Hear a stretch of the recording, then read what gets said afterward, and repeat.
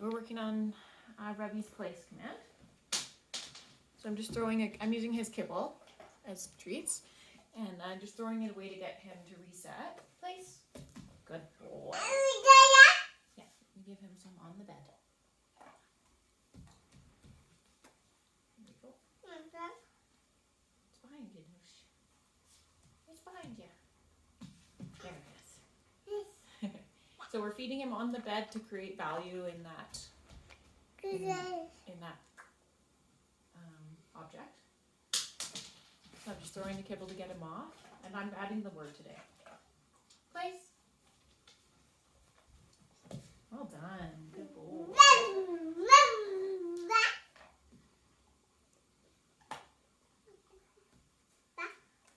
So I'm gonna on the bed. So I'm adding the word place today, and we're also going to start working on a stay on here. So I'm going to throw him off with the kibble.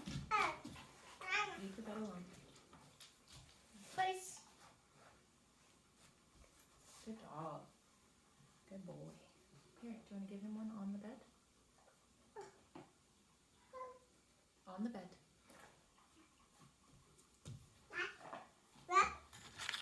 Yep, drop it on the bed, please. Put it on the bed. Good job. Yeah.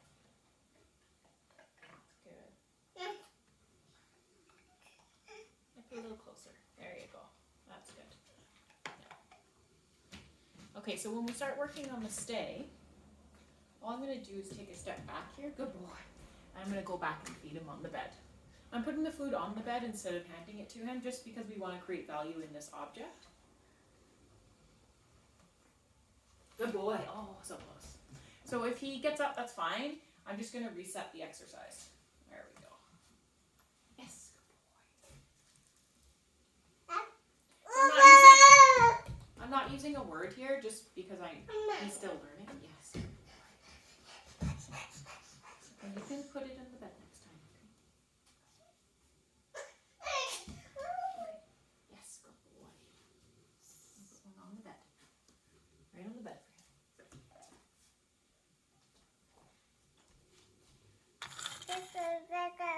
So this is what we're doing with his meals. I'm trying to create a little bit more motivation for him. I don't know if it's just because he's shy with me, but he doesn't seem like particularly motivated to learn. So, so I just want him to be a little bit more into it. So that's his place cue. Good boy. That's good. It's nice that he's used to little kids because he's good with that as a distraction. And the other dogs are back here in the crates. You can see them. So that's a little added distraction for him as well. So all I'm doing when I'm working on his stay is taking a step away and then coming back and feeding him in place. Yes. Good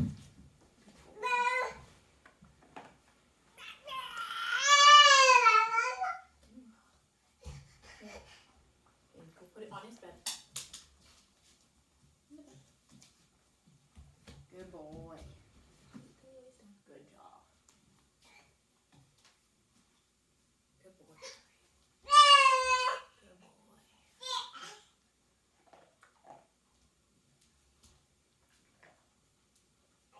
Yes, good boy.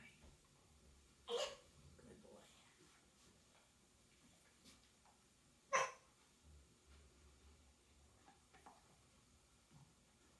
Yes, good boy.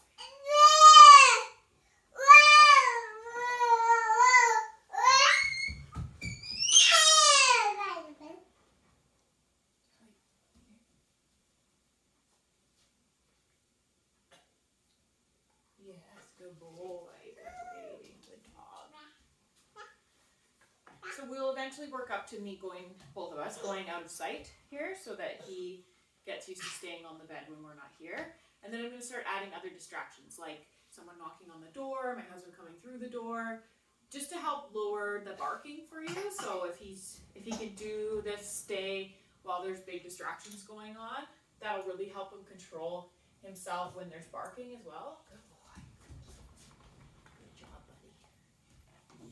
And finish an exercise like this, we practice a bunch of times, I'm gonna tell him, okay, so that he can be free. Good boy. Good job. Okay, you're free. You're free. So at that point, he can get up if he wants, but he can lay there always, of course.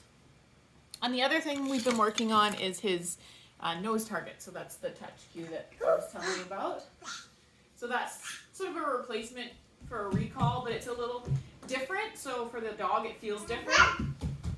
So all I'm getting him to do is, touch his nose to the palm of my hand. So I'm just offering a hand signal like this, just flat, looks like that. And then he comes and touches his nose here.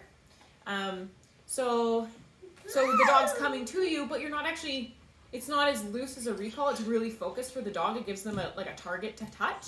So I find that really useful for situations where the dog is kind of like stuck in the pattern of ignoring you, or they don't want to come or whatever, and you reinforce just that target, then it just helps them to motivate them, and it's a really clear thing that you're asking them to do.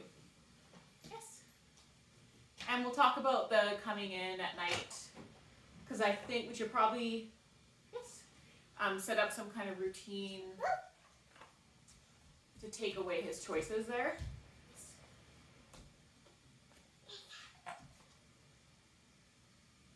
And then also make it fun for him to come inside. Because he obviously enjoys, I think it's the Bernese Mountain Dog part of their genes where they want to be out guarding. So that's natural. And Murphy does the same thing. My livestock guarding dog is the same. Just wants to be out there guarding at night and just laying there barking at stuff and checking out the neighborhood. So you're fighting against some natural instinct there that he has. So that's always the hardest. That's usually the hardest thing to work on with training, is fighting against some kind of natural thing that they're bred to do. So, oh, you're so snuggly. You're so snuggly. Yes, you are. You're a good boy. So that's something that we can talk about. I'll put it in my wrap-up email for you. And we can talk about it when I drop him off and see what kind of setup would work